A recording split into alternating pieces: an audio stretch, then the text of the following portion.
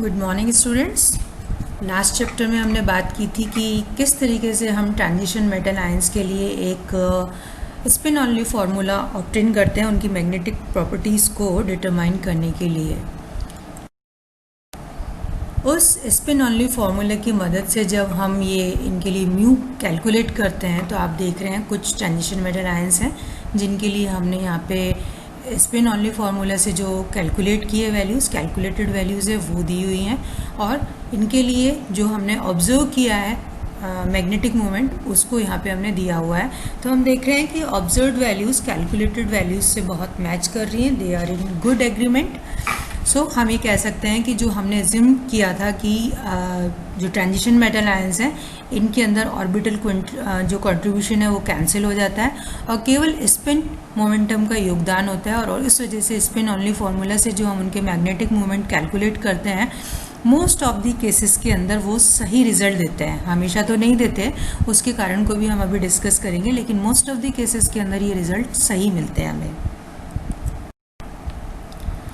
अब आती है कि म्यू को ऑब्टेन कैसे किया जाए। तो इसके लिए हम क्या करते हैं कि फर्स्ट काईएम इज़ डिटरमाइंड एक्सपेरिमेंटली। इसके लिए हमने जैसे अभी गॉयज मेथड की बात की थी प्रीवियस लेक्चर में, अब हम बात करेंगे कि उस गॉयज मेथड से हमने काईएम को जो है वो डिटरमाइन करना है, उसको हम वैल्यू निकालनी है काईएम की। What is chi M? हमारी मोलर ससेप्टिबिलिटी। इसके लिए हमें पता है कि जो हमारी गॉयज बैलेंस है उसका जो हमने सैम्पल ट्यूब ली है उसका क्रॉस सेक्शन एरिया कितना है, ए। अब जब हम उसे मैग्नेटिक फील्ड में लटकाते हैं तो जो वेट में चेंज आएगा, if difference in weight in presence of a strong magnetic field of strength H is delta m, then the force F acting on the sample is given by F is equal to delta mg। ये हमें पता है wait में जो change हुआ, wait में change किसकी वजह से हुआ? अप्लाइड मैग्नेटिक फील्ड में जब सैंपल के मैग्नेटिक फील्ड ने इंटरेक्ट किया।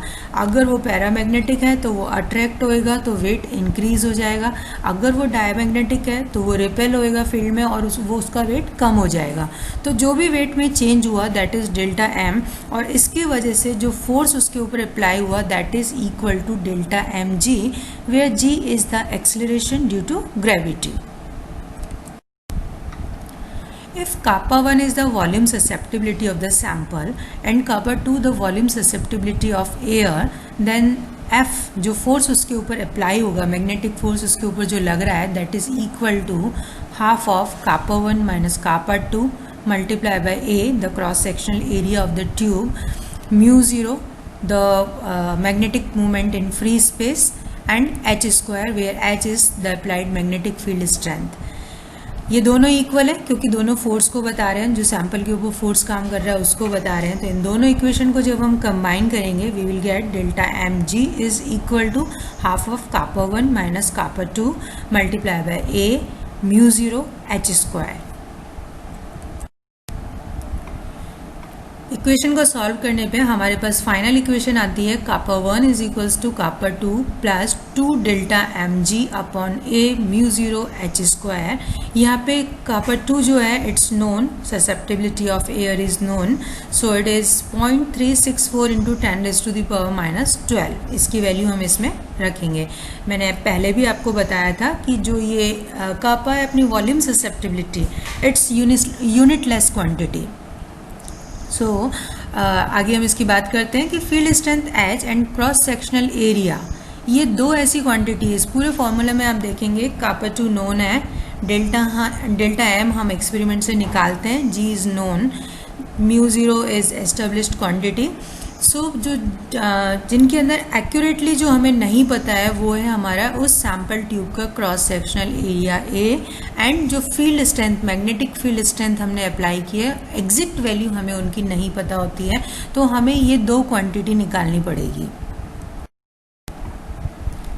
इसकी कैलकुलेशन के लिए we have to carry out the experiment using a standard whose magnetic susceptibility is known accurately। अब हम रिवर्स एक्सपेरिमेंट करते हैं, हम एक वो सैंपल यूज़ करेंगे जिसकी मैग्नेटिक ससेप्टिबिलिटी हमें पता है। जब वो पता होगी तो उससे हम AH² निकाल लेंगे, तो हमारे पास AH² की एग्जैक्ट वैल्यू होगी। तो इसके लिए हम यूज़ करते हैं the complex mercury 2 tetrathiocyanato cobalt second HgCONCS4। This is use as a solid standard. इसके लिए काईएम की वैल्यू होती है 206.6 into 10⁻⁻12 metre cube mole inverse at 293 kelvin. ध्यान दीजिएगा, जब भी हम मैग्नेटिक मोमेंट या कोई भी मैग्नेटिक प्रॉपर्टी की बात करते हैं तो हमें टेम्परेचर बताना पड़ेगा, क्योंकि स्पेशली जब पैरामैग्नेटिज्म की बात होगी, क्योंकि ये टेम्परेचर पे डिपेंडेंट क्वांटिटी है। In this way, volume susceptibility kappa1 of the unknown sample is calculated and converted into molar susceptibility Chi-m using the formula। ये मैंने आपको पहले भी बताया था कि वॉल्यूम ससेप्टिबिलिटी को हम मोलर ससेप्टिबिलिटी में कन्वर्ट करेंगे। इसको जब हम मॉलिक्यूलर वेट से मल्टीप्लाई करेंगे एंड डेंसिटी रो से जब इसे डिवाइड करेंगे तो we will get volume this molar susceptibility Chi-m।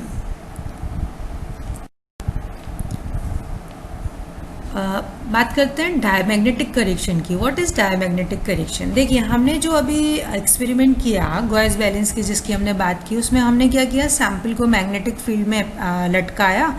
उसके बाद उसके अंदर जो वेट में चेंज आया वो हमने ऑब्जर्व किया और उसके बेसिस पे हमने मैग्नेटिक ससेप्टिबिलिटी कैलकुलेट की।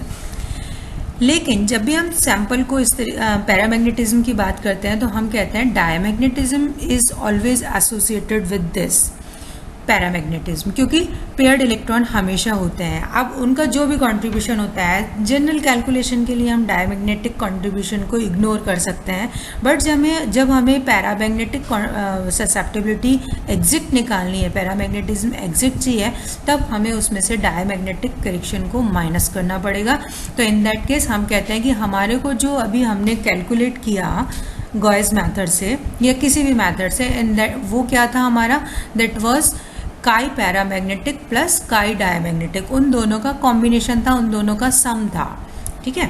For measurement of paramagnetism of the metal ion we must make a diamagnetic correction. इसके लिए हमें डायमैग्नेटिक करेक्शन करना पड़ेगा। This is done by adding diamagnetic corrections also called Pascal's constant for the atoms and ions in the molecule and contribution from multiple bonds. इनकी नोन values है, जैसा मैंने आपको बताया था स्टार्टिंग में फर्स्ट लेक्चर में जब हमने मैग्नेटिज्म को डिस्कस किया था कि डायमैग्नेटिज्म जो है वो एक एडिटिव प्रॉपर्टी और फिक्स वैल्यू होती है। जितने इलेक्ट्रॉन्स होंगे उस हिसाब, जितने मतलब आपका मॉलिक्यूलर वेट है उसमें जितने पेयर्ड इलेक्ट्रॉन है उनके हिसाब से वो मैग्नेटिज्म ऐड होता जाएगा। तो ये एक फिक्स क्वांटिटी होती है जिसको कैलकुलेट किया जा सकता है काफ़ी एक्यूरेटली, बहुत हद तक इसको किया जा सकता है। सिमिलरली मल्टीपल बॉन्ड्स जो होते हैं उनका भी डायमैग्नेटिक कंट्रीब्यूशन होता है।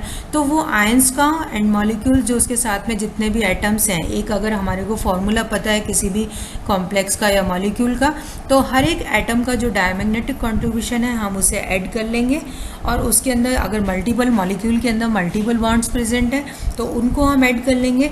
देन वो जो टोटल हमारे को this chi diamagnetic it is equal to sum of chi atomic correction plus sum of chi multiple bonds। तो इसको हम इसमें से माइनस कर देंगे। In this way you can see chi paramagnetic is equal to chi measured minus chi diamagnetic। तो इस तरीके से हमारे को पैरामैग्नेटिक कंट्रीब्यूशन एग्जैक्ट मिल जाएगा।